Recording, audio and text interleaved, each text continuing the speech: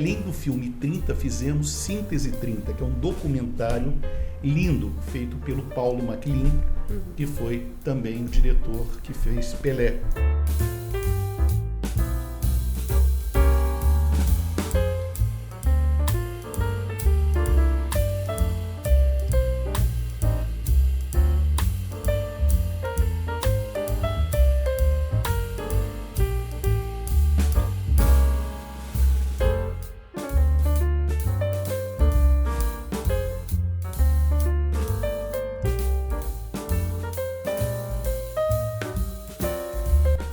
Sejam muito bem-vindos ao Presença e Conexões.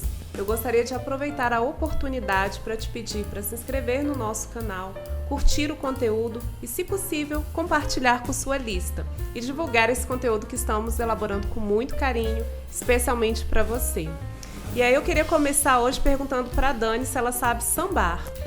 Sueli, eu não sei sambar, né? Isso é uma coisa que está na minha lista ainda, né? Preciso aprender, mas o nosso convidado de hoje com certeza gosta muito de samba, né? Afinal, ele é um dos grandes responsáveis pela produção do filme Joãozinho 30. Ah, Dani, pois é, o Ricardo, ele é presidente do Instituto Joãozinho 30, foi diretor do Arquivo Nacional, ex-secretário de Cultura do Distrito Federal e atualmente é advisor da Index Participações. Seja muito bem-vindo, Ricardo Marques. Obrigado a você, obrigado Sueli, obrigado Dani. É uma felicidade, é um prazer. A gente está falando sobre alegria. O Joãozinho sempre falava sobre essa energia, a energia da alegria.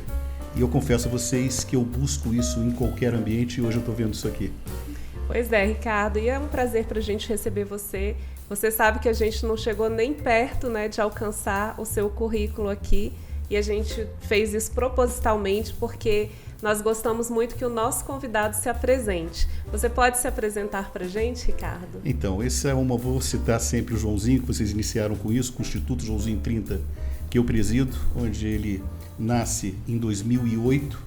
E temos assuntos incríveis sobre hoje a participação do Instituto Joãozinho 30, principalmente dentro de consultorias e projetos diante da Lei Paulo Gustavo, da Lei Aldir Blanc e promovendo uma série de projetos culturais em alguns municípios do Brasil. Eu posso citar o segundo maior município do Rio de Janeiro, São Gonçalo, onde hoje nós estamos selecionando 400 projetos e não tenho dúvida que nós vamos mudar o município diante desse acervo cultural e os dispositivos ligados à estrutura da cultura do município de São Gonçalo. Mas voltando, falando sobre timeline e o Joãozinho. Então, lá em São Gonçalo, o Instituto. Não, o Instituto ele fica sediado no Rio de Janeiro. Nós temos uma sede do Rio de Janeiro que nós estamos prestando serviços nesse município, entre outros no Brasil. E nós estamos agora numa conversa muito adiantada com o estado do Maranhão, em São Luís, onde o Joãozinho está enterrado, para lá nós instalarmos o Museu Joãozinho 30, que vai ser capitaneado também pelo Rio de Janeiro. O Joãozinho tem uma história e nasceu em São Luís, ele vai muito cedo para o Rio de Janeiro, onde se torna bailarino do Teatro Municipal, e depois esse gênio da cultura popular, se nós pudermos falar, e na minha opinião é isso mesmo, é o Pelé dos carnavais. Sim, com então, certeza. Nenhum nome, na minha avaliação, alcançará que o João alcançou na Marquês de Sapucaí. Mas ele dizia, ai daquele que não tem história para contar. E quando vocês perguntam, né, sobre esse timeline, realmente tem algumas coisas que eu desenvolvi ao longo da minha carreira. Então, eu nasci em Nova Friburgo, uma cidade serrana do Rio de Janeiro, me criei em São Gonçalo, me formei em Direito no Rio de Janeiro e desde 93 eu moro em Brasília. Sou cidadão brasiliense e tenho um orgulho enorme de dizer isso, porque é a cidade que me acolheu, é onde eu construí, na verdade, muito dessa minha trajetória. Então, eu diria que numa primeira fase, e já mais uma vez formado em Direito no Rio de Janeiro, quando eu me transfiro para Brasília, para abrir o mercado para uma empresa, e essa é uma história de muito sucesso, história de empreendedorismo no Brasil. O nome da empresa é Seco TI, que se tornou a maior empresa da América Latina na construção de data center seguro. Então, por 15 anos aproximadamente, eu estive à frente desse negócio no Distrito Federal e fui um dos protagonistas na expansão do negócio de TI para a estrutura de governo. Então, estados, municípios e principalmente o governo federal, quando nós podemos falar de SERPRO, DataPrev, DataSUS, os maiores centros de tecnologia de governo, Banco do Brasil, Caixa Econômica, Eletronorte, por aí vai.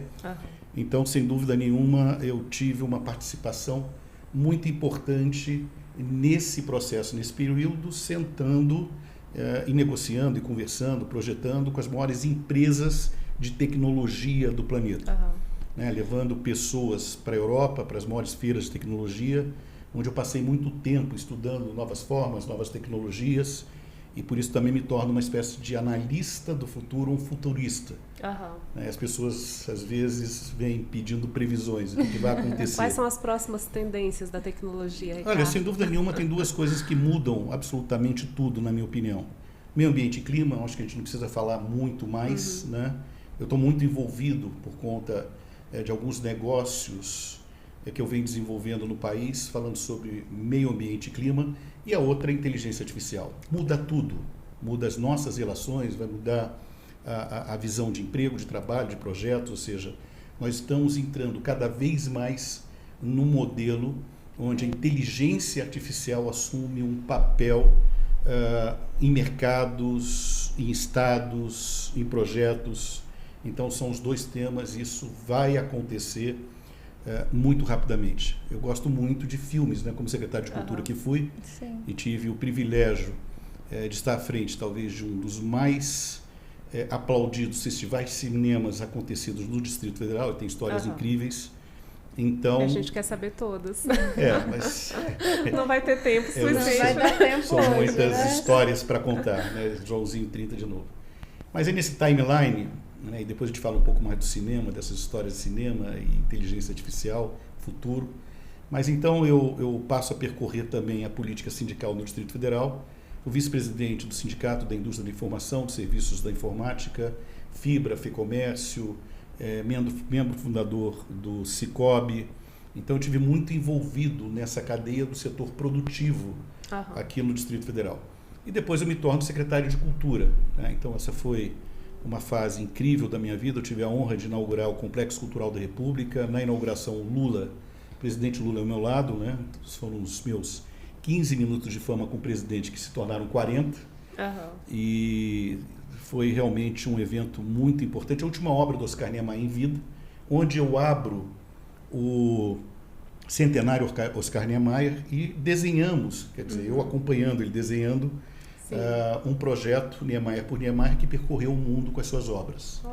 Então tivemos longas conversas, uma afinidade incrível, e isso foi muito enriquecedor. E nesse momento eu conheço o Joãozinho 30. Como secretário de Cultura, fui até o Sara Kubitschek, onde ele estava fazendo um tratamento. Fui visitá-lo, né, como secretário, e o artista, que obviamente ele representava e representa. E você já era fã? Eu confesso que, incrivelmente, eu já, como carioca, eu já havia participado dos desfiles da Marquês de Sapucaí, mas não, obviamente, com tanta intensidade. Sim. A partir do Joãozinho, e aí quando eu converso com ele, eu vi realmente que ele estava muito frágil, sem um acompanhamento devido. Ou seja, o Joãozinho, ele passou momentos muito difíceis nessa última trajetória, até quando eu o conheço e o abrigo na minha casa. Faço um convite para ele se hospedar na minha casa, e se foram 5 anos. Então, quando ele disse eu quero, no meu convite, foi uma coisa especial. E a família dele? Então, o Joãozinho, ele solteiro, então com 2 irmãs já falecidas, sem filhos. Então, praticamente, ele não tinha ninguém. Ele tinha arte, ele tinha cultura, ele tinha a criatividade, ele tinha os seus sonhos, né, os seus projetos, mas esse eixo familiar nunca foi alguma coisa que o Joãozinho tenha colocado como uma prioridade na vida dele. Ou seja, o artista, para o artista, a criatividade, os seus sonhos, isso é o mais importante. Né? Ele quer criar. E ele acaba sendo solitário. Muitos artistas vivem na sua solidão. E o Joãozinho não foi diferente. Né? Mas nós criamos uma relação E ele dizia que eu era pai, que eu era irmão, que eu era amigo, ou seja, eu fui um cuidador do artista nos últimos 5 anos. E desenhamos vários projetos. Foi um período incrível, tenho saudades, né, onde nós, na minha casa, praticamente todas as noites tomávamos um vinho, contemplando o lago, e ele falando longas histórias, né? E o Joãozinho realmente tinha pena muitas. que não tinha-se o hábito de fazer podcast, né, nessa época. Seria extraordinário. Ricardo, agora pegando um gancho exatamente nisso aí que você falou, que ele te considerava um pai, um irmão, um amigo, a gente conheceu bastante agora da sua trajetória profissional, mas eu queria saber, nesse primeiro momento do nosso programa, a gente gosta de conhecer o nosso convidado, o profissional, mas também o pessoal. Queria saber quem é o Ricardo fora do trabalho, quem é o Ricardo pai, esposo, irmão, amigo, se você tem algum hobby, conta um pouco pra gente sobre você. Incrivelmente, eu sou uma pessoa também muito focada. E quando você é muito focado em cima dos seus projetos, é natural até que você tenha que fazer algumas escolhas. Então, eu sou pai de 3 filhos, a minha esposa tem um filho e, por que não dizer, também é filho, né? Mas eu sempre tive um acompanhamento dentro do possível quando eu era provocado, procurado. Então, uma característica minha é que eu nunca fui invasivo. Então, eu nunca busquei alterar qualquer eixo, né, no mindset de filhos, de esposa, de pessoas. Eu tenho muito cuidado em invadir o ambiente das pessoas. Então, a minha esposa, por exemplo, ela, em algumas oportunidades, ela pergunta, mas você não se importa para onde eu vou, o celular? Eu falei, isso não. Eu confesso que não. Para vocês terem uma ideia, são 16 anos juntos, eu não entro no closet dela. Então eu tenho o hábito realmente de preservar a intimidade das pessoas. Obviamente que muitas das vezes eu peço para também preservar as minhas, mas eu me considero uma pessoa alegre, adoro a alegria, a energia da alegria, pessoas alegres, inteligentes, uma boa conversa, o conteúdo. Então eu tenho uma relação, eu diria, amistosa com todo mundo, né? Procuro não ter conflitos e sempre mediar dentro daquilo que eu posso. Mas o meu foco sempre são com os projetos. Sim. Eu sou uma pessoa de projetos e aí eu me dedico muito a esses projetos. Quando você fala em hobby, eu fui jogador de futebol e joguei muito futebol, iniciei com futebol de salão em São Gonçalo, Niterói, no Rio de Janeiro, até ir para as bases do Fluminense. E eu era realmente um atleta de ponta no futebol, que era o que a gente fazia. Até que idade? Fui até os 18 anos, né? Porque aí eu fui para o Exército. E aí tive também uma participação incrível no Exército, como militar. Fui atleta do Exército, nadei pelo Exército, joguei futebol pelo Exército. Eu realmente era um atleta e me dedicava muito a isso. Uma das minhas características é que eu sempre fui muito disciplinado, muito persistente. Por exemplo, no futebol, imagine um garoto de 11, 12 anos de idade acordando às 4 horas da manhã para ir treinar com 2 amiguinhos, ir para a escola, da escola ir para Xerém de São Gonçalo, para quem conhece, você tem que pegar barcas, o ônibus esperava na Praça 15, Xerém fica em Duque de Caxias, é um lugar longe. Então, uma rotina para um menino de 11, 12, 13 anos. Mas naquela época o futebol era o que, por exemplo, pagava os bons jogadores de várzea, digamos assim. Né? Então a gente ganhava um dinheiro no final de semana para jogar em clubes, em times de algumas pessoas. Né? Então eu realmente nessa fase joguei muito. Então se você perguntar em hobby hoje não jogo futebol. Né? Aliás, não jogo futebol há muito tempo. Não. Um médico ortopedista muito amigo chegou para mim, eu com 40 anos, e disse, olha, cuidado. Eu falei para ele, depois dos 40 anos, qualquer coisa, qualquer risco pode ser muito grave. Aí, de novo, prioridade dos meus negócios, parei de jogar futebol. Mas o nosso personal, né, Dani, falou uma vez que o esporte que mais lesiona é o futebol. Não, é incrível. Então, por isso que é uma carreira muito curta. A maioria dos jogadores hoje começam muito cedo. A gente está vendo o caso do Hendrick indo para o Real Madrid, um garoto que sai de Brasília, muito humilde, 17 anos de idade, e se torna, sem dúvida nenhuma, um dos maiores nomes no Brasil, no futebol. Mas então o futebol começa muito cedo, uma carreira muito incerta, né? Porque realmente hoje o jogador de futebol ele é um atleta, ele corre 100 metros em 10 segundos. Então essa movimentação, a exigência, ela é muito pesada, né? Então não é um esporte para qualquer pessoa, e de novo, você tem que ter determinação, disciplina, muito cuidado, a imagem é fundamental. A reputação de um jogador. Hoje eu diria que a imagem é fundamental. Fundamental, em tudo. Qualquer aspecto de negócios é fundamental manter uma reputação. Então, uma mas principalmente, a gente falando do hobby, mas principalmente quando você é um atleta conhecido, o caso do Daniel Alves, por exemplo, do Robinho. Então, ou seja, quando você se dedica a alguma coisa, e eu estou falando agora como um empreendedor, que é um dos focos aqui do nosso encontro, você precisa entender que a sua reputação é muito importante. Com certeza. Que você é uma marca. A sua marca pessoal é a marca dos seus negócios. Exatamente. E então, como hobby, eu diria que hoje o meu hobby é leitura. Eu leio muito. Então, sou um leitor quase que fanático. Leio tudo. Bula de remédio. Isso é perigoso. Leio tudo. Então, assim, eu realmente, quando posso, me dedico muito à leitura, e vira basicamente um hobby. Eu nunca fui uma pessoa de nutrir hobbies, porque, de novo, talvez o trabalho, e não sou também um rockaholic, não é isso, mas eu tenho uma dedicação muito grande aos meus projetos. Sim. Né? Isso, mas consigo também descansar, também me divertir. E você falou em workaholic, né? E assim, você fala com muita paixão de todos os seus projetos. Isso assim, brilha os olhos, né? E a gente sente assim toda a energia que você tem, né? De gostar realmente desses projetos tanto os projetos que você participou no passado, quanto os seus projetos atuais. E o nosso podcast é sobre carreira. E a gente hoje está fazendo até um especial, porque a gente ficou muito interessado em trazer um pouco dessa história do Joãozinho 30 e como essa história está bem contextualizada na sua carreira. A gente acha que é uma informação bacana para passar para frente, que muita gente não conhece, né?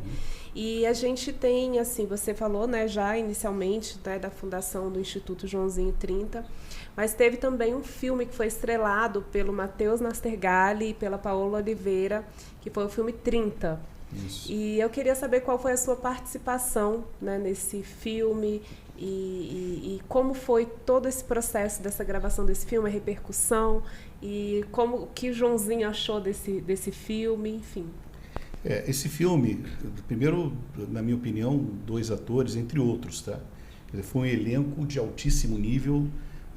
Para mim, o Matheus Nastergalli, junto com o Celton Mello, e que tive a oportunidade de estar próximo também, são atores de ponta no Brasil.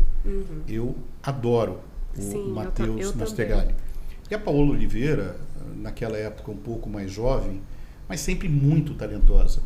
E foi uma convivência incrível. Então eu fui muito importante no processo de convencimento do filme, como uma espécie de coprodutor desse filme, e acompanhando basicamente tudo dentro das nossas possibilidades. Obviamente, o filme 30, na minha opinião, vale a pena ser visto por todo mundo. Conta um pouco da trajetória do João, saindo do Maranhão, vindo para o Rio de Janeiro, né, entrando no Salgueiro, ou seja, não conta tudo, claro, porque senão seria um filme de mais de 5 horas, talvez, mas conta esse eixo fundamental da saída, por exemplo, do Teatro Municipal para o mundo do samba. Né? Então, mostrando as suas artes. Eu tive esse convívio e amei, né? Eu confesso a vocês que, de novo, eu gosto muito do cinema, e além do filme 30, fizemos Síntese 30, que é um documentário lindo, feito pelo Paulo Maclean, que foi também o diretor que fez Pelé. Então dele a direção. Em qual plataforma hoje? Estava na Netflix. Sim. Né? Então na Netflix você pode ir lá na biblioteca e pedir 30. O Síntese 30 não. Né? Então são poucas as cópias. Eu, obviamente, eu tenho uma e revejo em algumas oportunidades, sozinho, né? E com muita emoção. Então, foi um momento incrível, o filme 30, e, na minha opinião, vale a pena ser visto e revisto por todos. Ricardo, e assim, desde o início da nossa conversa aqui, a gente tem falado bastante sobre cultura, né? A sua ligação com a cultura, ela é indiscutível. Você, inclusive, contou pra gente na sua apresentação que foi, né, secretário de Cultura aqui no Distrito Federal. Queria que você falasse um pouco mais, né, sobre essa época, né, sobre essa pasta que você assumiu e, assim, qual é a sua opinião sobre a cultura no DF, né, neste momento e também a época que você foi, né, secretário da pasta. Então, mais uma vez, como tudo, eu sou muito focado e muito intenso naquilo que eu faço. E eu fui um gestor, um secretário de Cultura, da mesma forma, muito intenso. Eu fui o secretário que mais usou o Teatro Nacional.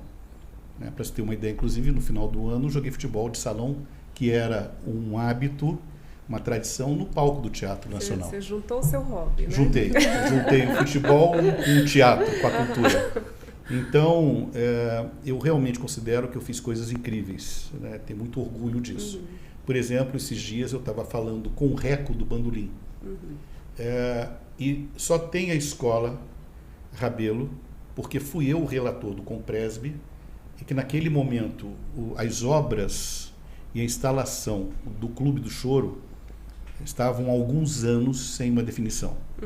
E aí foi muito interessante que eu vim num avião, no encontro com Oscar Niemeyer, e fazendo o meu relatório com lápis.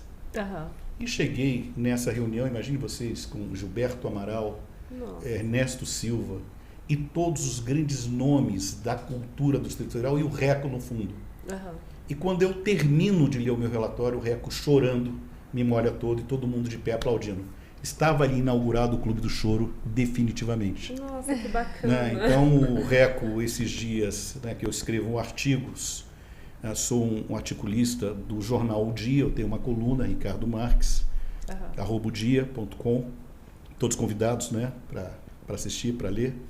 E ele me provocou esses dias para que eu fale do choro, e obviamente como patrimônio agora, material tombado. Sim. E uma das maiores identidades, sem dúvida nenhuma, do Distrito Federal. Então, eu tive uma participação... Inclusive até o Paul gostou, né? Exatamente. Né? Quando ele foi lá numa apresentação única, estava incrível. No clube também. Então, o Clube do Choro, o chorinho e o choro, sem dúvida nenhuma, são marcas do Distrito Federal, marcas da cultura. Eu tive a honra, por exemplo, de assistir o filme do Pixinguinha ao lado da secretária de Cultura do Rio de Janeiro, a Dani, minha amiga, um beijo. Então, na Cinelândia, Pixinguinha, um homem carinhoso. E fala do choro, da história do choro, de personagens. Então, eu diria que eu fui importante nesse processo da consolidação do choro. Mas antes de ser secretário, eu participava com o Six, muito conhecido, dos eventos e diria que, de um movimento incrível do choro. Então, essa foi uma das participações. Fui o secretário que mais fez tombamento em Brasília. Então, o secretário que mais fez tombamentos em Brasília fui eu. Né? Então o IFAM te ama também. O IFAM, o Instituto Histórico. Então, eu criei uma relação muito forte, obviamente, com o mundo do carnaval, criei a Confraria do Carnaval. A minha proposta era fazer uma espécie de sambódromo aqui no centro de Brasília, com todas as escolas, e obviamente uma progressão, capacitar, qualificar as escolas de samba de Brasília. Então, também sempre fui muito ligado, e obviamente já com o Joãozinho, com as escolas de samba de Brasília. Eu reuni, por exemplo, alguns nomes incríveis dentro da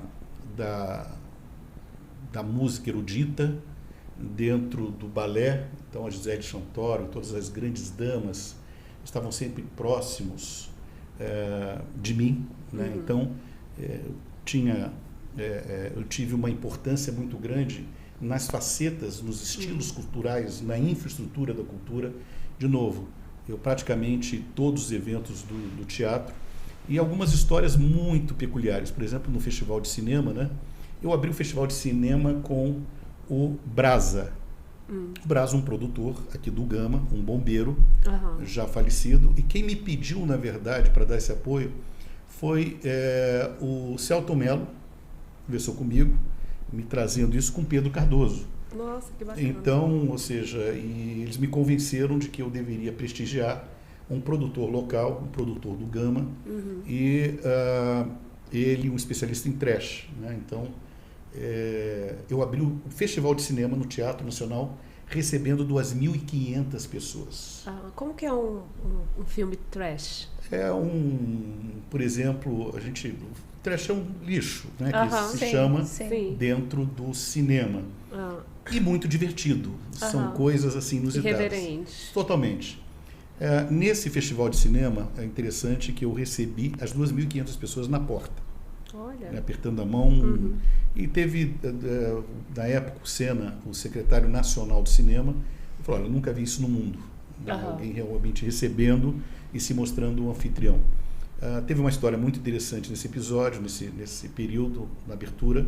Um morador de rua, uma pessoa de rua, né, com deficiência, e chega perto de mim, na entrada, eu falei: pô, eu queria muito assistir o Festival de Cinema de Brasília. E nunca tive essa oportunidade. Só me deixa entrar.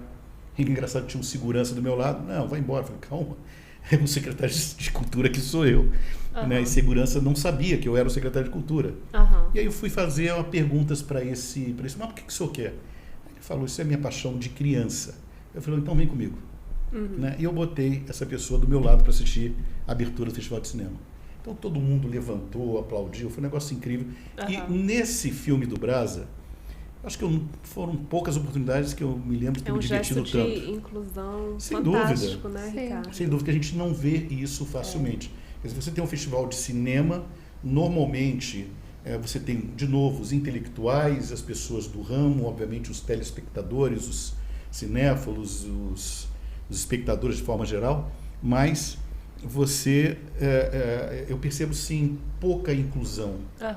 Né? E esse foi um gesto, sem dúvida nenhuma, que mostrava exatamente a importância de você trazer as pessoas. E o filme foi divertidíssimo, contava com alguns nomes muito conhecidos da sociedade brasileira, por exemplo, a Liliane Roriz, né? Estava no filme, quer dizer, você tinha um tiro num cavalo, matava 3 do lado. Então, foi incrível, numa atmosfera linda, naquele momento. Então, sem dúvida nenhuma, o Festival de Cinema foi um ponto muito forte também da minha gestão. E aí teve um episódio antes do festival que é muito interessante. Eu tenho um grande amigo que mora na minha rua, é meu vizinho, o Sérgio Mandey. O Sérgio Mandey foi um dos grandes nomes das micaretas no Brasil. Né? Mandem.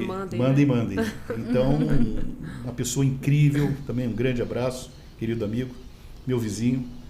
E eu lembro que ele me pediu, uma semana antes do festival, no Cine Brasília, todo reformado, lindo, ele me pede para fazer um evento lá. Eu falei: mas Mandem, porra, como é que eu vou deixar você fazer um evento no Festival de Brasília, no Cine Brasília, há uma semana do evento? Eu falei: mas Ricardo, é um negócio diferente, coisa e tal. Eu falei: tá bom. Né? Então, confiando, obviamente, no artista, no produtor, ele foi. Mas eu fui visitar o que ele ia fazer, sábado à noite, uma semana antes. Eu confesso a vocês que fiquei apavorado. Gente com fogo na boca, tambor, né? O negócio acabou a minha vida. O Correio Brasiliense coloca esse secretário louco, né? A véspera do Festival de Cinema. Mas foi um evento... louca no secretário. Não, foi um evento extraordinário. Sem dúvida nenhuma, o Mandey foi um dos maiores personagens de Ibiza. Né? As micaretas. Então, lá em casa, por exemplo, nessa época, inclusive, Chiclete com Banana, quer dizer, todas essas bandas axés frequentando a minha casa. Então, eu tive realmente nomes importantes dentro do cenário, né? Ou seja, a minha casa acabou se transformando num eixo também cultural da cidade, onde eu recebia pessoas incríveis, né, em todos os estilos culturais. Então é isso, tem muita história dentro desse processo e foi muito intenso, como tudo que eu faço na vida. Dá né? para perceber. E tem muita história, né, da Secretaria de Cultura, mas a seguir, né, Tem muita história. a seguir você já partiu para um outro desafio na sua carreira, que foi a direção do Arquivo Nacional. Foi. E esse papel, você vê relação entre a parte da cultura e a parte do Arquivo Nacional, que tem essa guarda, né? Como foi gerir essa instituição também? O Arquivo Nacional é uma instituição de preservação de memória. Exato. Só que a minha entrada, ela mexeu muito com o eixo do Arquivo Nacional, do Arquivo Brasileiro, porque eu sempre dizia que eu era diretor-geral de uma empresa de TI que arquiva. Uhum. Por exemplo, o Sistema Eletrônico de Informação só foi implantado depois que eu, como diretor do Arquivo Nacional, aprovei, mesmo contra alguns técnicos do arquivo. Sim. Então, se existe um sistema eletrônico no Brasil, eu tive um papel também fundamental, essa foi uma das principais entregas. Mas o arquivo, eu sucedi um historiador, o Jaime, um dos mais longevos servidores públicos, já foi uma ruptura. Eu fui recebido, passei por uns 7 ministros. Eu fui recebido por José Eduardo Cardoso, muito bem recebido, um gentleman, uma pessoa incrível. Passo pelo processo do impeachment, saio no impeachment e volto imediatamente com Alexandre de Moraes. Do impeachment de da Dilma Rousseff. E aí eu passo todo o período do Alexandre de Moraes no Ministério da Justiça e Segurança Pública, que, aliás, tem muito orgulho de ter trabalhado com Alexandre. Na minha opinião, um dos homens mais incríveis que a história do Brasil vai poder falar isso mais adiante. E que sempre me permitiu fazer absolutamente todos os projetos que eu levava até ele. Né? Então, eu, por exemplo, falando do aspecto cultural, sem dúvida nenhuma, né? Eu reunia no Rio de Janeiro, que é o centro cultural do país, sim, é a capital cultural do país, sim. Né? Mas eu reunia a Academia Brasileira de Letras, a Biblioteca Nacional, o Museu da República, encontros permanentes para falar sobre a cultura brasileira, os seus efeitos, seus impactos. E o Arquivo Nacional, ele tem ali armazenado essa memória, são 200 anos praticamente de instituição armazenando essa memória. O que me fez, inclusive, inaugurar o Arquivo da Humanidade no Polo Norte, no extremo do planeta Terra, em Svalbard. Então eu levei essa história pra gente. Essa história foi como que a gente foi parar no Polo Norte? Incrível, né? Bom, veio a proposta da inauguração de um arquivo no Polo Norte, em Svalbard, que é uma região onde se tem a proteção, digamos, contra conflitos, contra guerras. Aquele local, aquela região. É um backup, uma cópia da memória guardada, disso, preservada. Dos acervos mundiais. E quem inaugura um brasileiro, né, que foi muito inusitado. Falei, primeiro que ninguém acreditava. E por isso que eu fiquei muito quieto até chegar o momento. Né? Então eu trabalhei muito com a Rede Globo, com o Fantástico, fui acompanhado de um querido amigo, Rodrigo Alvarez, um homem incrível, incrível. E o Fantástico fez toda essa programação de acompanhamento. Então o Arquivo Brasileiro, eu diria que foi das principais entregas do Ministério da Justiça e Segurança Pública, do governo Temer. Foi a inauguração do Arquivo da Humanidade, segundo a CNN, um dos 10 fatos mais importantes do planeta naquele momento. Então a ideia é reunir, digamos, né, se tivermos um problema no mundo, e não sei se a gente está chegando perto disso com Ucrânia, Rússia, agora Sim. Oriente Médio, mas essas guerras, você tem um ponto de recomeço, um conhecimento produzido pelos estados, né, pela humanidade. Então eu tive a honra de inaugurar, foi um discurso maravilhoso, e o Alexandre permitiu isso. Ele entendeu o tamanho disso, entre outras coisas. Ele foi o ministro que mais esteve presente no Arquivo Nacional, permitindo inclusive o encontro do Conselho Nacional de Arquivos que eu presidia aqui no Ministério da Justiça, a primeira vez.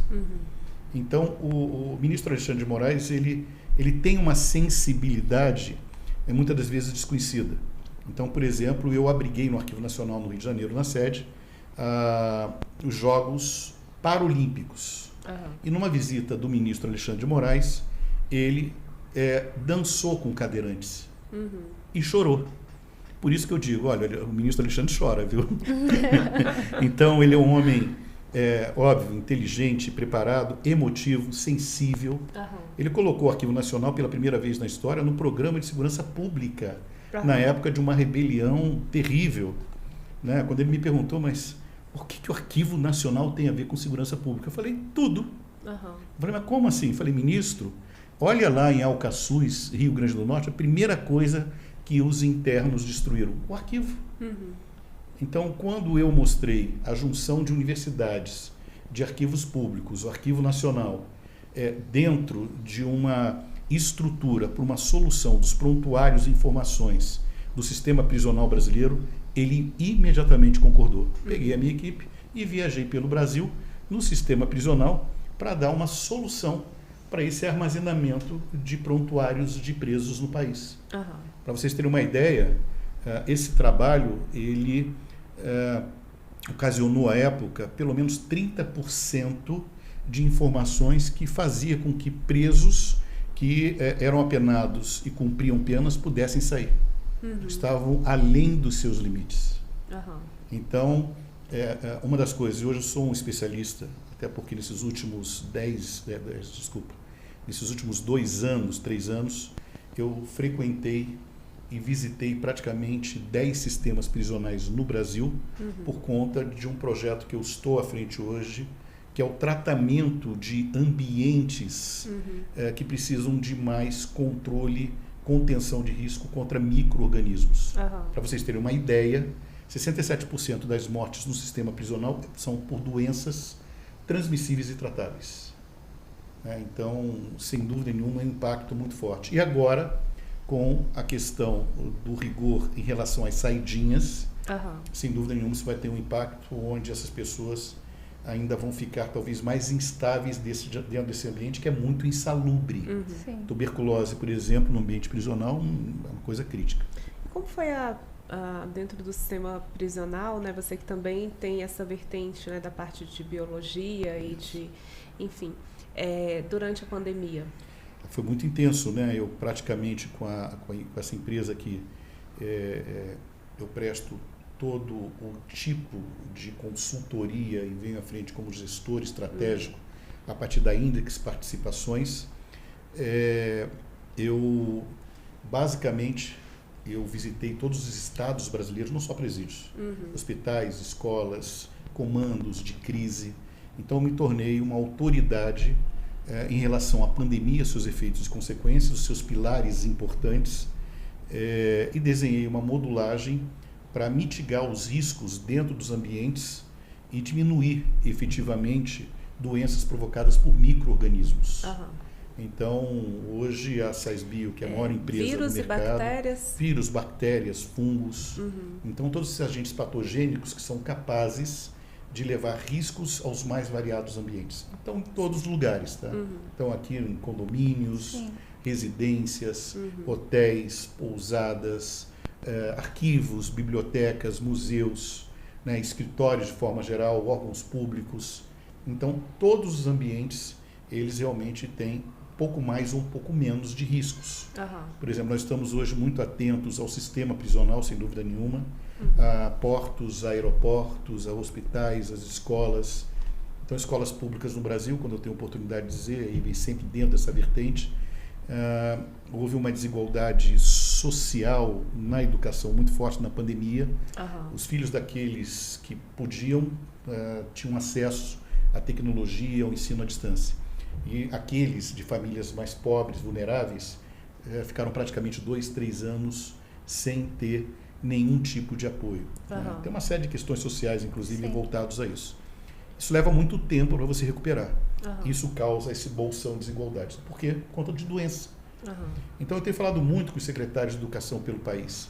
Falei, olha, um dos eixos que se deve ter na educação é a saúde. É a saúde do aluno, do professor, é a saúde daqueles que participam, é a saúde do meio ambiente, é a saúde provocada pela nutrição, né? E, obviamente, essa saúde na infraestrutura.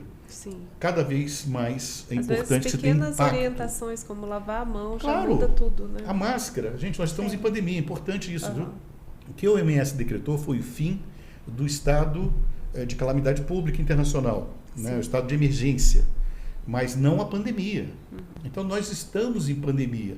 E aí vem um artigo que eu escrevi, lições que insistimos em não aprender. Ah, que bacana.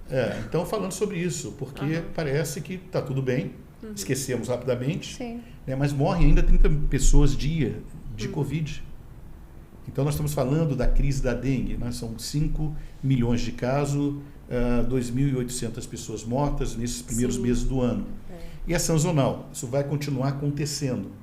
Porque aí vem uma coisa que eu discuto muito, até como cientista político, né, ou dentro da área de ciências políticas, que é o quê? Política pública no Brasil e muitas das vezes a cabeça do político, ou seja, que quer atuar de forma emergencial e pensa menos em políticas de médio e longo prazo. Sim. E no caso de saúde pública, do que eu estou falando aqui, na minha opinião, se deveria pensar mais em políticas públicas ligadas à saúde e ao ambiente que nós vivemos. Imagine um aquário. Sim. Né? Aí está lá água suja. Eu coloco um peixinho ali, vai se contaminar e provavelmente vai morrer. Eu tiro esse peixinho e trato o peixinho. E coloco no mesmo aquário. Ele vai morrer. Então o problema não é o peixe, é o aquário. Sim. Né? Então, nessa analogia, eu quero explicar muito bem o que é o risco dentro de ambientes, sejam eles quais forem. Os hospitais é muito crítico. Eu queria pegar esse gancho para falar exatamente de um tema. A gente começou até a conversar um pouquinho sobre isso antes da gente começar, né, a nossa gravação aqui, que foi algo bem recente, né, sobre o Porto de Santos. Você chegou aqui falando exatamente isso para a gente, né, que a maioria, né, das doenças, enfim, das pandemias, né, que já ocorreu no passado e do que vivemos mais recentemente, acontece, né, a transmissão, né, o que vai de um país para o outro normalmente através dos portos. Você estava falando para a gente sobre o Porto de Santos, né? Você participou de uma importante reunião lá sobre biossegurança sanitária e eu queria, né, saber de você, né, quais foram os principais pontos discutidos, né, como que você vê a importância dessas medidas para o Porto e também para toda a população, né, para o país como um todo. Essa é uma pergunta muito interessante e importante. Isso nasceu de uma iniciativa do ministro de Portos e Aeroportos, do presidente do Porto de Santos, em que viram a necessidade de promover a biossegurança ou a segurança sanitária dentro do sistema portuário nacional, começando pelo Porto de Santos, que é o maior do Hemisfério Sul, é o maior da América Latina, e que recebe diariamente 20 mil pessoas nos seus terminais, com um conjunto de 800 pessoas que fazem parte da estrutura portuária do Porto de Santos. Sem contar, por exemplo, nos eventos de cruzeiro, que são mais de 10 mil pessoas aglomeradas. Né? Então, quando você fala na história dos portos, algumas das principais doenças, por exemplo, peste negra, elas vinham pelos portos. É ali, e obviamente as viagens, as longas viagens, né, a consequência da aglomeração é que se tinham doenças e doenças transmissíveis. A varíola, por exemplo, tem várias doenças provocadas por patógenos, por esses agentes patogênicos que chegaram pelos portos. Hoje fica mais fácil, inclusive, o avião. Então, você tem um vírus lá na China, chega rapidamente na Europa, no Brasil. Mas o vírus mais transmissível da história, uma variante, a Ômicron, chegou pelo Porto de Itaqui. Foi o primeiro caso no Brasil e que se transformou numa rede, né, de pandemias, e a pandemia, instalado dentro disso, que tem as diferenças, surto, epidemia e pandemia. A pandemia, quando você tem uma proliferação de vírus, de doenças, nesse caso está falando de Covid, inclusive, no mundo, em vários países, e ainda sem um controle definitivo. A epidemia são estados, surtos numa região menor. Então, ou seja, isso veio pelo Porto de Itaqui, no Maranhão. Que, aliás, o presidente, o Gilberto, também está trabalhando na contenção de risco, na biossegurança do sistema portuário também de Itaqui. Essa é uma preocupação, não só de portos, como aeroportos. Cada vez mais nós temos que criar barreiras epidemiológicas, biológicas, porque eu não tenho dúvida, aí falando de novo como futurista, né, falando de inteligência artificial, as guerras serão cada vez mais inovadoras, né? Serão biológicas. Sim. De novo, falando de filmes que eu gosto muito, 007, né? Um Tempo para Morrer. Quer dizer, a história se passa num vírus que ataca o DNA e extermina determinadas etnias. Se a gente tiver aqui o mesmo DNA e tiver a aplicação desse vírus, toda essa família morre. Então, saindo da ficção, eu não tenho dúvida que essa é uma preocupação que as autoridades públicas, até de Estado, na minha opinião, devem ter. E nesse caso, os técnicos do Porto de Santos ficaram bem impactados com as nossas propostas, através dos nossos serviços, de criar selos, certificações para que o Porto de Santos, sem dúvida nenhuma, uma vitrine, possa encampar essa necessidade de ter na autoridade portuária toda uma série de medidas preventivas contra doenças provocadas por micro-organismos.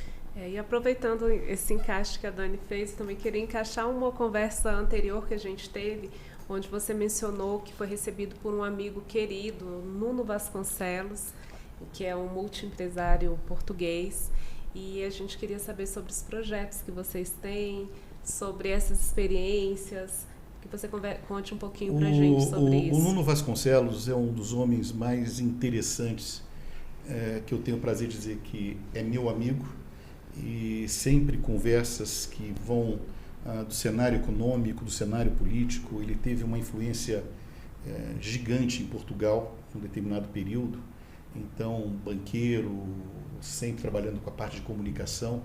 Ele hoje reúne mais de 50 empresas, fundos, e numa conversa ele disse, já era bilionário em dólar aos 45 anos de idade. Olha. Então, com uma performance extraordinária. Então, o Nuno Vasconcelos, desculpa, é um daqueles homens que você precisa estar perto. Recentemente eu venho falando de alguns contatos com Ike Batista.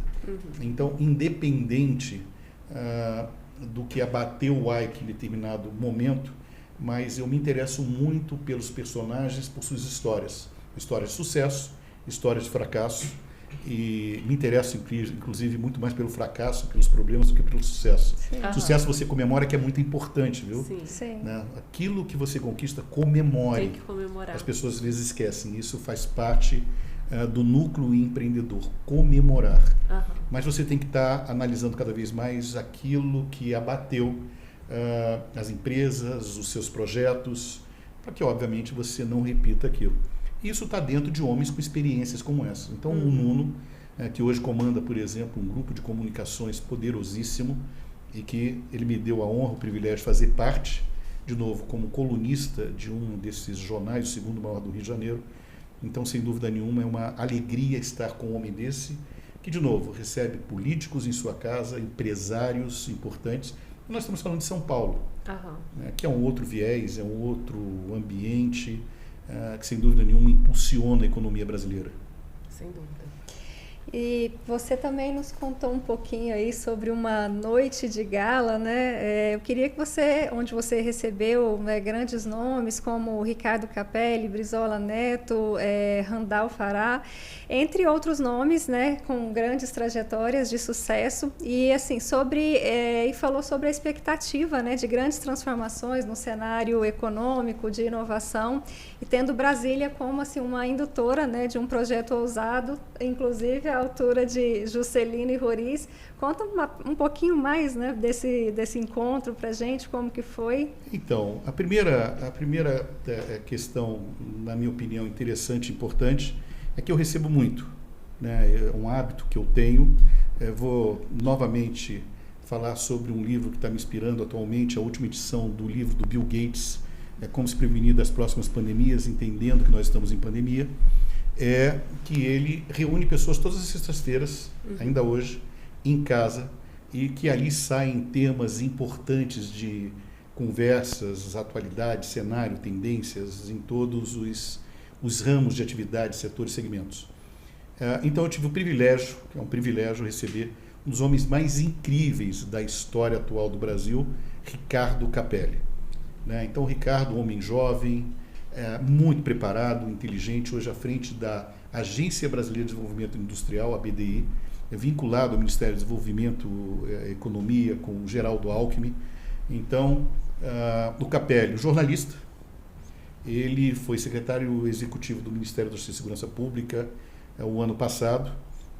Tem aí um documentário na Globoplay que pode falar um pouco mais daquele envolvimento dele no 8 de janeiro, ele foi interventor no Distrito Federal, e foi um homem que, sem vaidades, né, muitas das vezes que não é normal na política, ele pôde conduzir muito bem as questões de intervenção na segurança num momento muito delicado, e as questões políticas, e com muita firmeza, mas ao mesmo tempo com muita serenidade.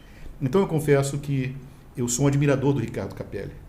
Ele, durante 8 anos, esteve junto com um dos homens mais incríveis produzidos na história brasileira, que é o Flávio Dino.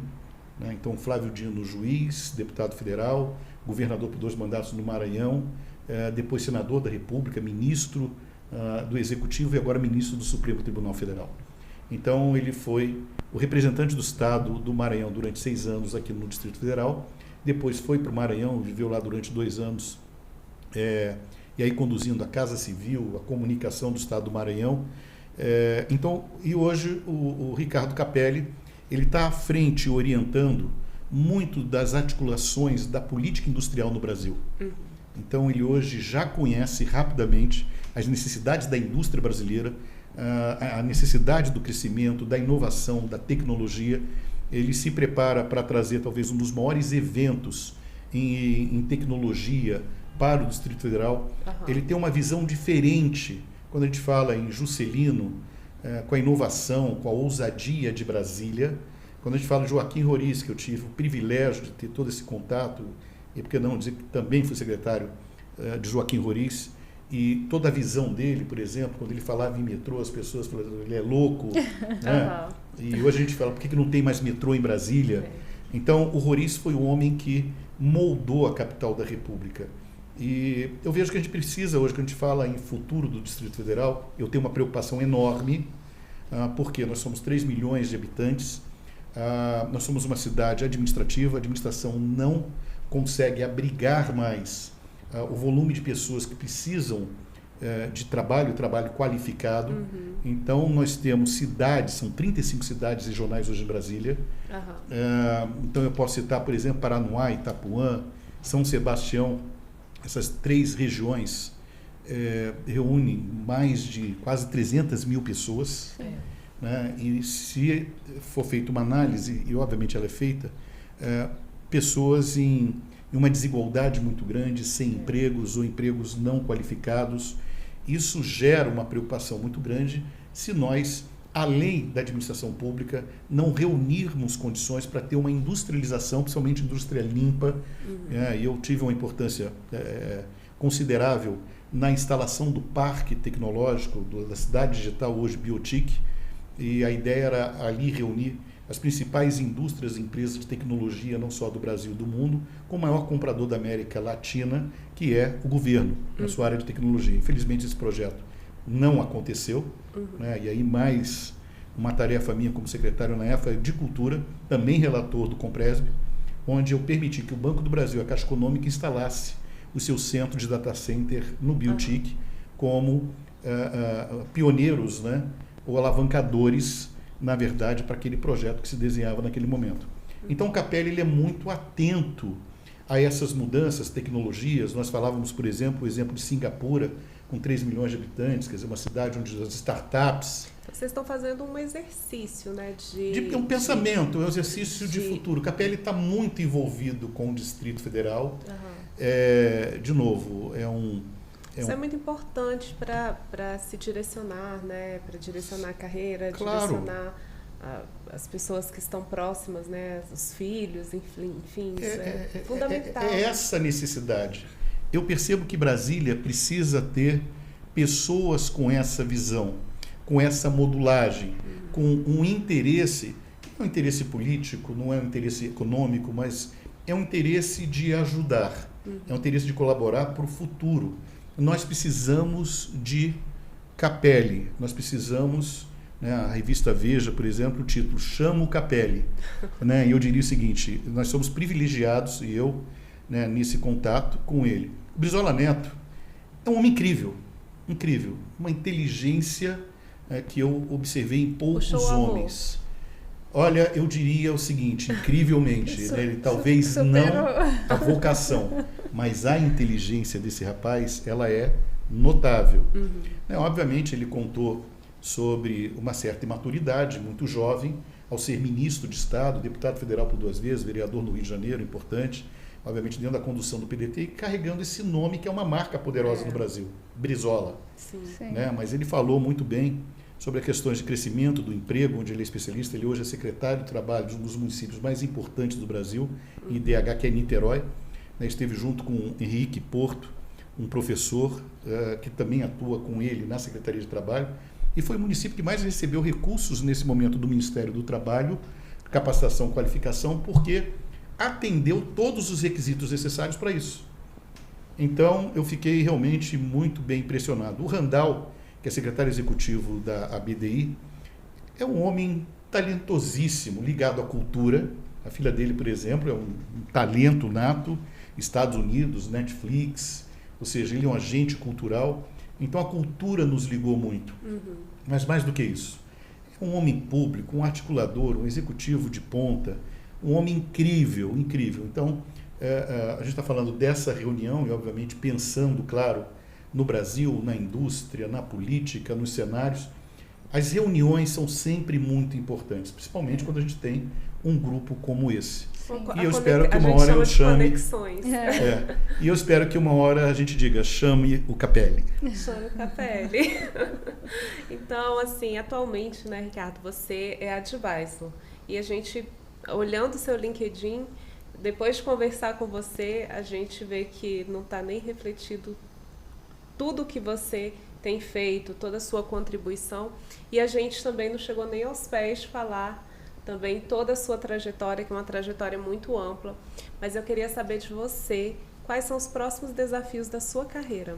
Olha, eu diria que hoje o principal desafio é a estrutura da SASBio, que, aliás, aqui com 2 mulheres talentosas, e eu fico muito feliz por isso, porque é o empreendedorismo da mulher brasileira, que hoje ela entende os desafios, ela ultrapassa muitas das vezes limites, são as multitarefas das mulheres. Então a SASBio ela é liderada pela minha mulher, a Simone Azevedo, que se mostra cada vez mais uma empreendedora, uma empresária nata, alguém que se aprofunda cada vez mais na estrutura do negócio.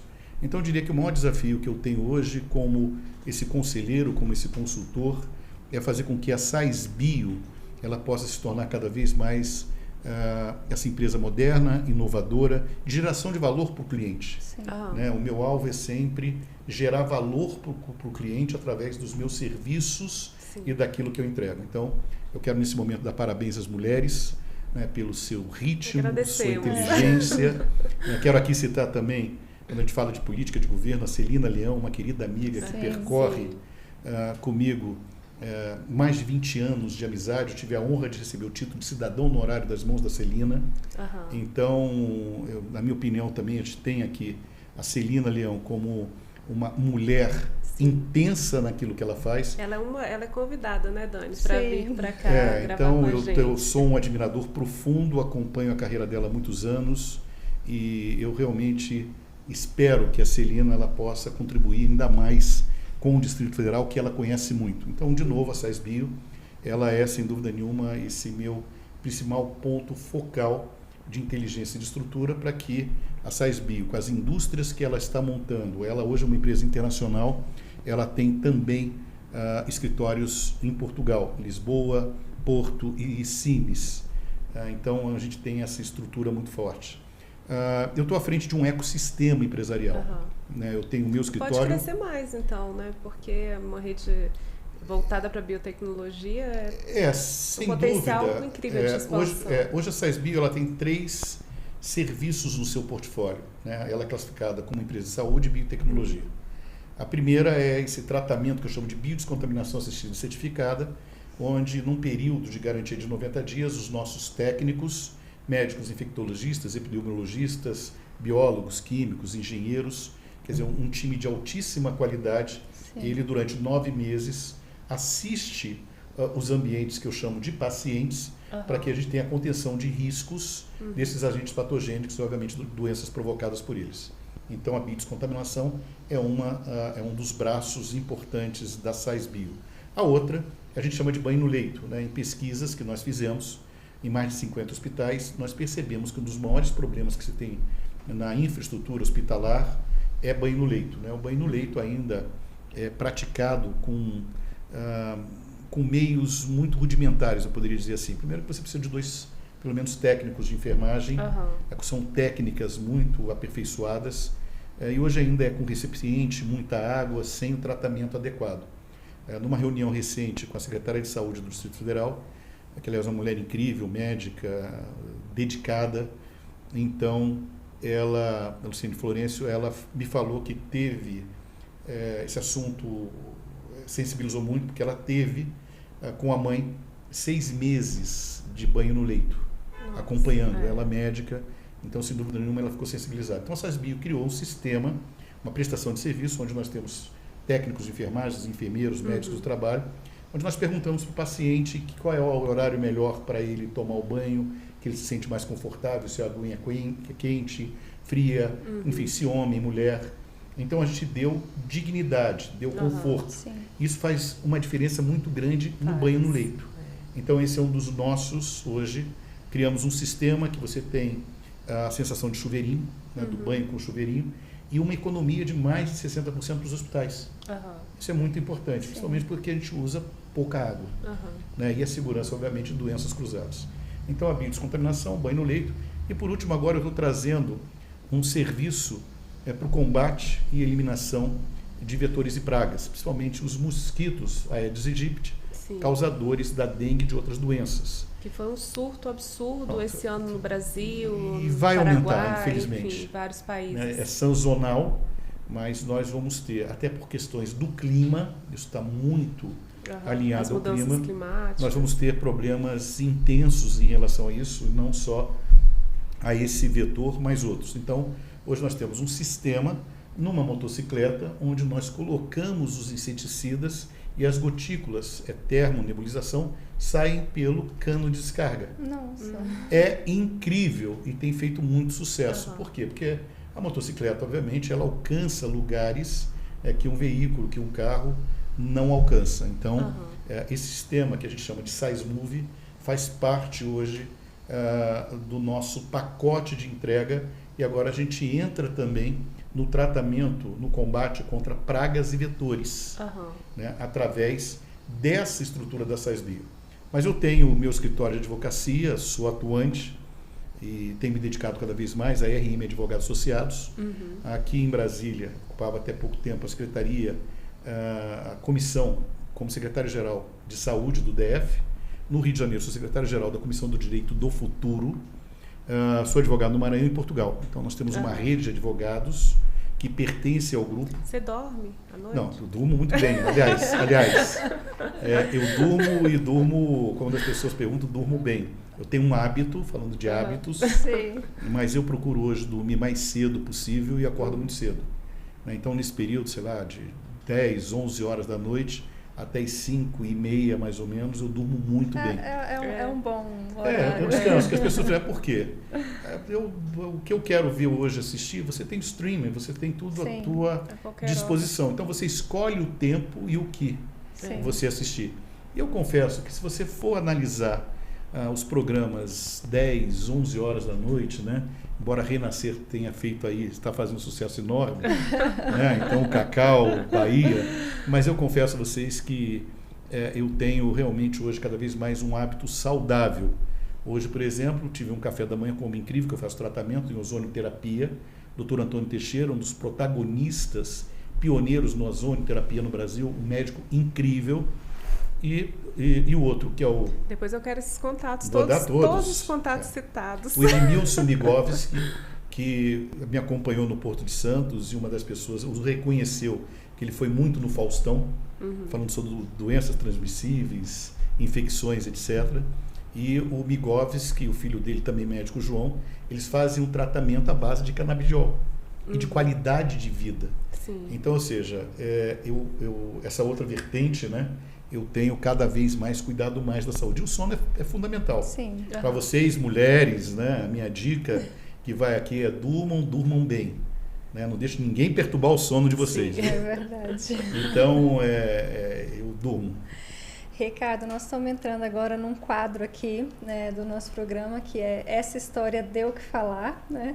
E a gente gostaria, né, que você contasse. Você contou tantas histórias aqui pra gente, a gente sabe que tem inúmeras outras, mas a gente gostaria que você contasse, assim, alguma história da sua vida. Eu sei que vai ser difícil, às vezes, escolher uma só, mas aquela, assim, que uma história boa, que deu o que falar, que você lembra, assim, e fala, nossa, aquilo ali vale a pena passar pra frente.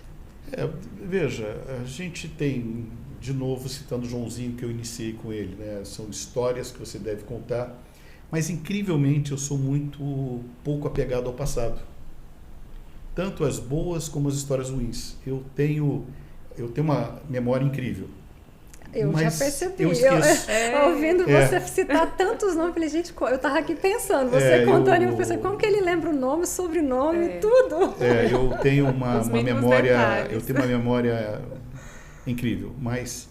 A Dani também está falando isso, mas ela tem uma super memória. Então, assim, foram tantos momentos incríveis. E aí eu confesso a vocês, eu sempre comemorei muito, adoro comemoração. Viu? Sim. Eu, por exemplo, quando é aniversário, eu sou o primeiro a cantar parabéns para vocês. Às vezes é uma coisa ridícula. Né? Não é o meu, é dos outros. Uhum. Então, quando tem uma bolinha vela ali, antes dela acender, eu estou cantando parabéns.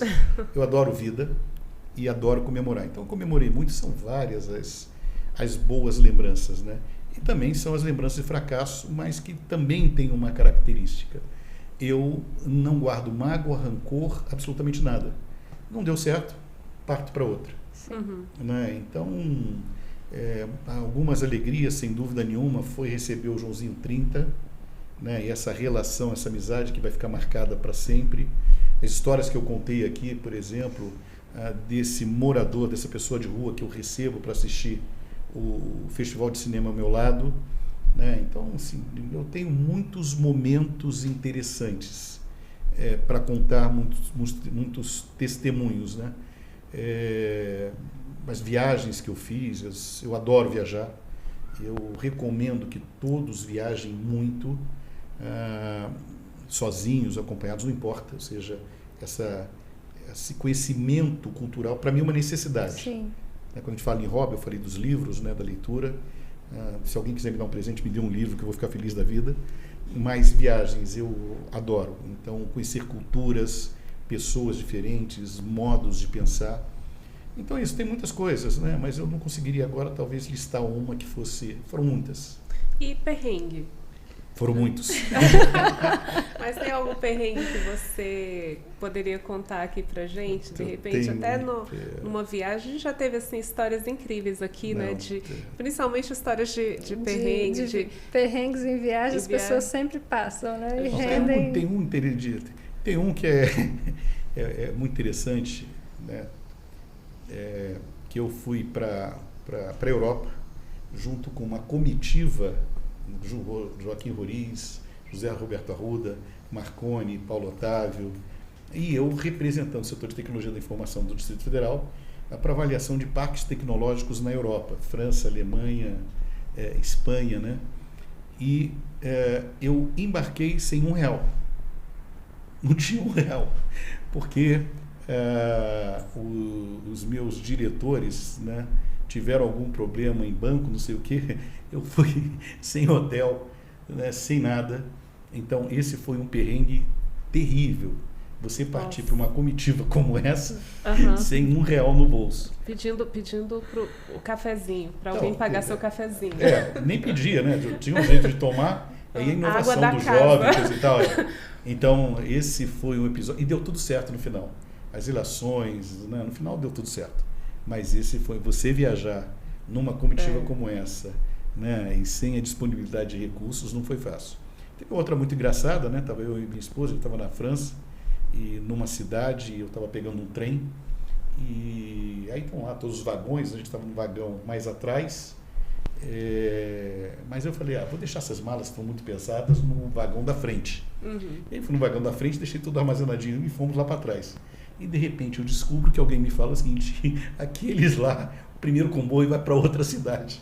Nossa. Gente, eu saí, não perdi nada, saí correndo, tirei as malas e saí correndo com mala enorme para outro trem.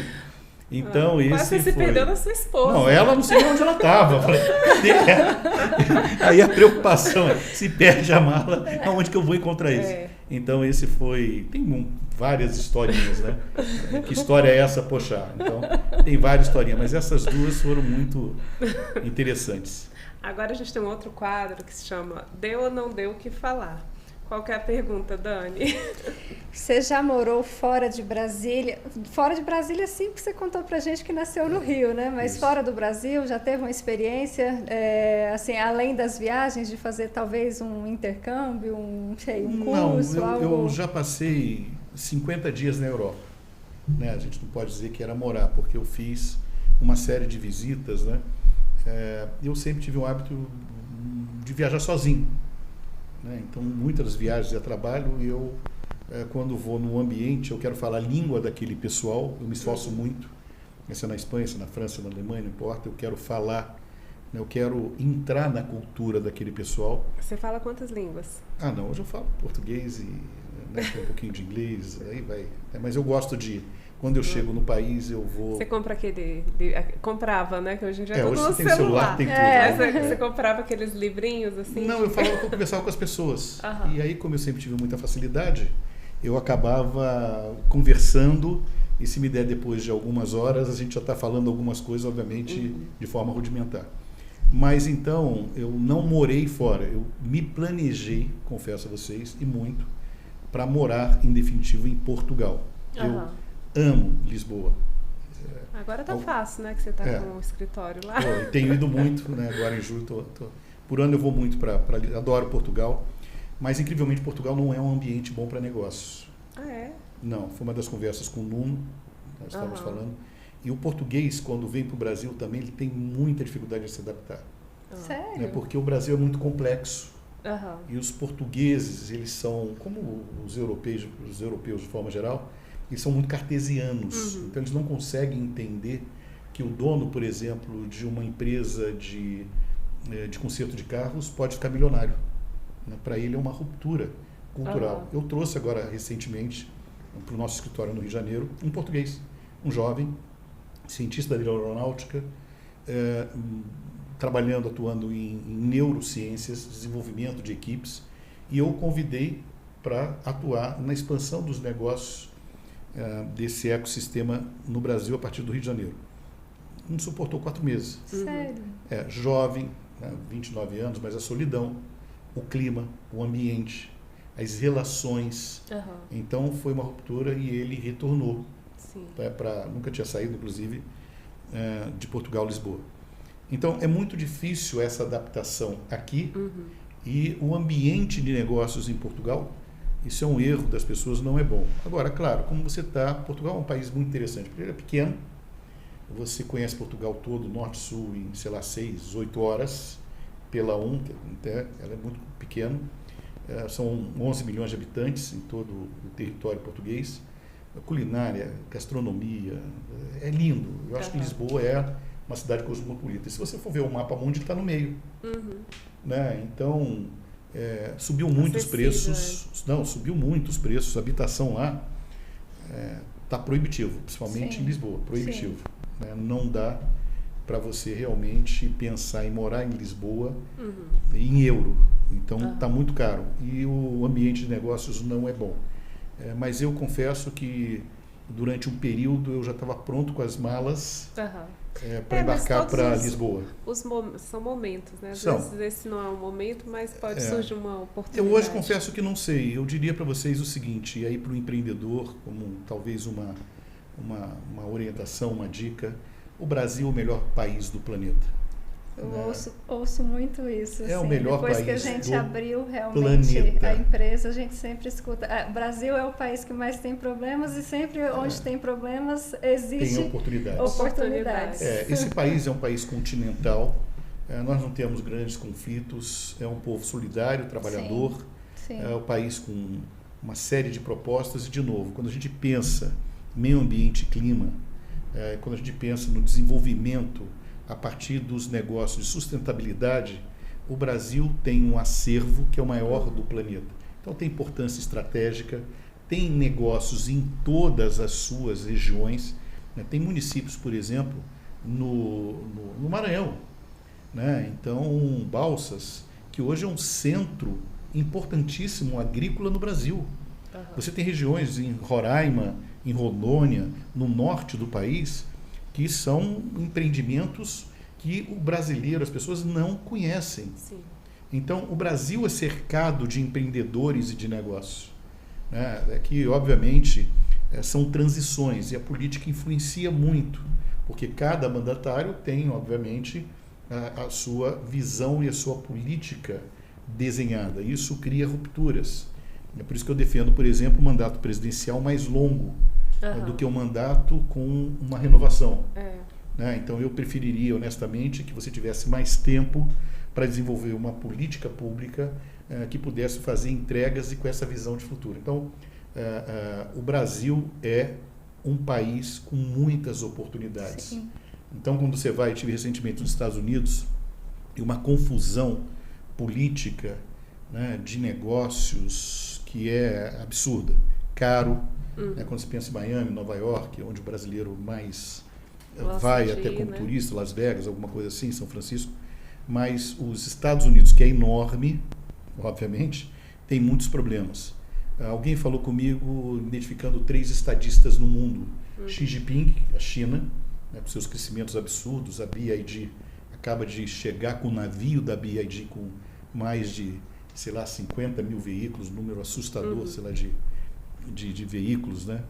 Mas o potencial do Brasil em energias renováveis, que agora a gente parte cada vez mais para isso, né? Ainda o petróleo, que é um ativo importante do Brasil, as nossas florestas, o bioma, a bioeconomia, que são assuntos que nós vamos falar. Então, eu posso dizer para vocês que conheço muitos lugares, né, praticamente alguns dos principais núcleos de cidades do planeta. Eu devo partir para a China no segundo semestre, por conta dos negócios da própria SAESBio, mas posso afirmar para vocês que nós estamos no melhor país do mundo. Muito bem, Ricardo. A gente já está chegando no final do nosso programa, mas a gente ainda tem aqui um quadro que é um bate-bola jogo rápido. E aí é para você pensar rápido e responder com uma palavra. Vamos ver se você consegue conectar com a gente. Uma memória. Uma memória. Eu vou descrever o Joãozinho 30, né? Uma memória positiva na cultura, no talento, na genialidade, na inovação, na criatividade, que faz parte de todo o meu núcleo de pensamento. Uma inspiração. Uma inspiração. Jesus Cristo. Então, Jesus para mim é uma inspiração diária, né? Como evangélico, como pastor evangélico que sou. Aí tem um desenho de uma igreja que nós estamos trabalhando e é um segredinho que está guardado mais para frente. Mas Jesus, né? Então, tem uma série também chamada de Chose, Sim, que você mostra o perfil de um líder comandando um grupo de pessoas completamente diferentes. Então, Jesus, para mim, é a minha grande inspiração. Um amor. Um amor à minha esposa, né? Porque se eu não falar uma coisa como essa, eu não sei se eu chego em casa. Você pode mandar um beijo para Então, ela. um beijo, Simone, te amo. Então, sem dúvida nenhuma, a Simone, que é minha companheira, que é uma pessoa incrível, sensível, amorosa, inteligente, preparada, trabalhadora, ela se transforma, sem dúvida nenhuma, nesse amor, né, que nutre, que se tem e que a gente deve manter. Uma paixão. Uma paixão, meu trabalho, meu exercício, as minhas atividades. Eu sou apaixonado pelo que eu faço. Eu sou apaixonado por empreender, eu sou apaixonado pelas as minhas atividades e por isso eu não me canso. Quando você é apaixonado por alguma coisa, sem dúvida nenhuma você não tem cansaço, né? Você tem cada vez mais estímulo, entusiasmo, que é Deus dentro de você. Então, eu sou apaixonado pelo que eu faço. Um filme. Um filme. Eu vou citar aqui, talvez o Alto da Compadecida. Pensei que você ia citar o 30. Não, o 30 foi genial. Mas eu queria citar o Celton Mello, que eu fiz parte, e o Matheus Nastegali. Sim. Então, os dois juntos que eu citei aqui nas nossas conversas. Eu quis citar esse filme que eu vejo e revejo. Mas eu amo esse filme também. Não, o Alto da Compadecida é algo incrível. E o Ariano Suassuna, que eu já tive o prazer de recebê-lo, fiz uma peça na minha casa, na Faça da Boa Mesa. Ele é incrível, então, né? Então, assim, esse filme, sem dúvida nenhuma, agora eu quero dizer para vocês que eu sou um ardente consumidor de desenho animado. Então, eu adoro desenho animado. Eu acho que o desenho animado foi feito para adulto. Então, eu adoro desenho animado. Mas tem uns incríveis, realmente. E um sucesso? Um sucesso, eu diria que eu vou citar sem nenhuma ideologia, longe disso, sem nenhuma ideologia, mas eu acho esse homem incrível, Luiz Inácio Lula da Silva. Esse homem é incrível, ou seja, a gente não vai ver um outro homem que é presidente da República em 3 mandatos, depois da redemocratização, no voto popular e preso durante 2 anos antes da eleição. Ou seja, a narrativa, a história desse homem é inegavelmente um homem de sucesso, com várias transformações, com vários momentos. Esse homem é um homem que ele é diferente, né? Então, independente, mais uma vez, não tenho ideologias partidárias, mas quando eu penso em alguém de sucesso que atravessou vários cenários aos 78 anos de idade, comandando um país tão complexo e guardando, eu diria que o equilíbrio institucional do país, o Lula. O Lula, para mim, é um sucesso. E uma música? Uma música, mais uma vez, eu sou muito eclético, então eu não tenho músicas que eu guardo como uma música minha ou de passagens. Então, eu sou fã do Elvis Presley. Então, tudo que Elvis Presley me toca muito.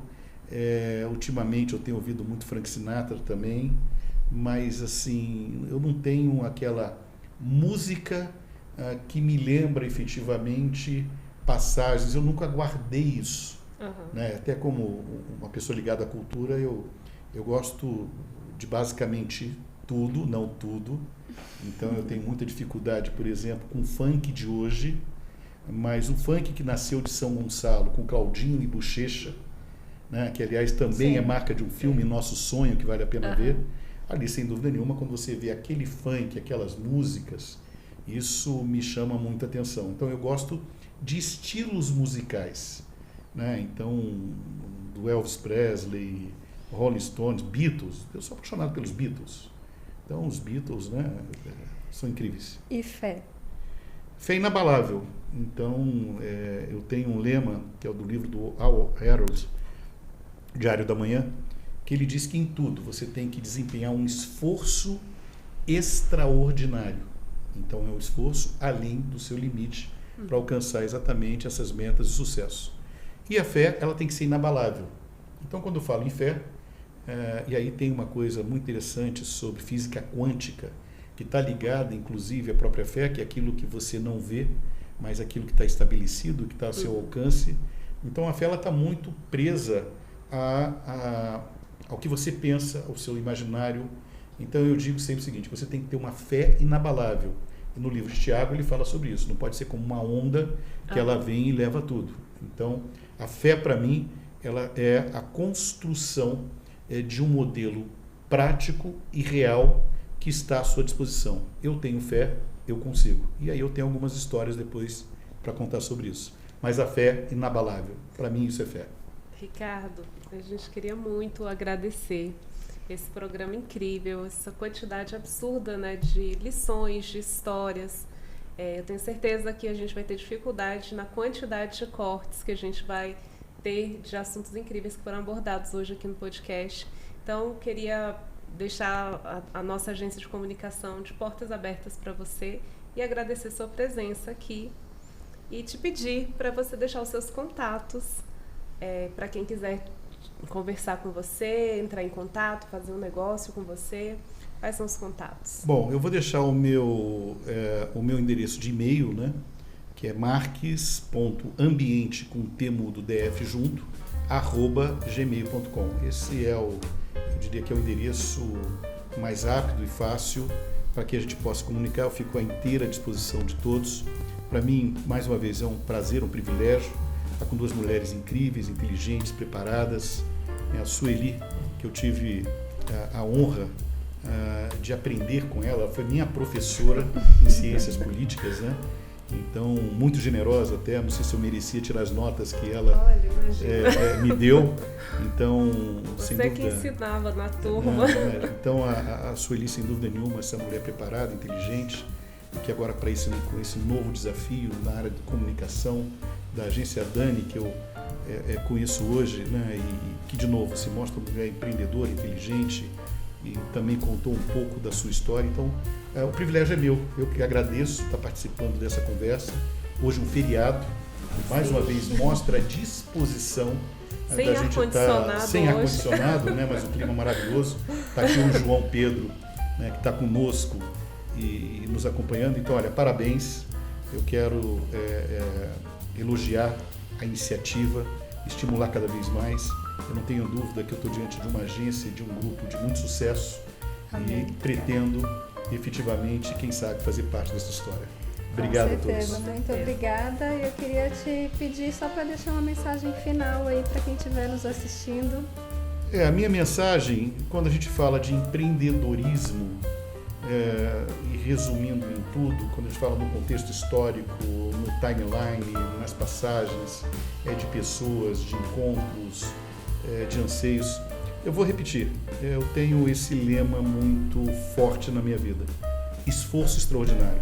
Né? Tudo aquilo que você quiser fazer, entenda que haverão sacrifícios. Então, esforço extraordinário. Se você quer chegar, tem que entender isso. Não vem de graça. E a outra é a fé, que nós comentamos aqui. A fé que tem que ser inabalável, não deixa nada te tirar dessa construção de acreditar em você, de acreditar no teu projeto, de acreditar no teu negócio. Não deixa que ninguém, né, atrapalhe isso. Se una e se cerque de bons conselheiros. Então eu diria que essa regra do empreendedorismo, e aliado obviamente à inovação, a buscar sem dúvida nenhuma coisas novas, intensas, é muito importante. É esse o meu recado final. Muito obrigada. Obrigado.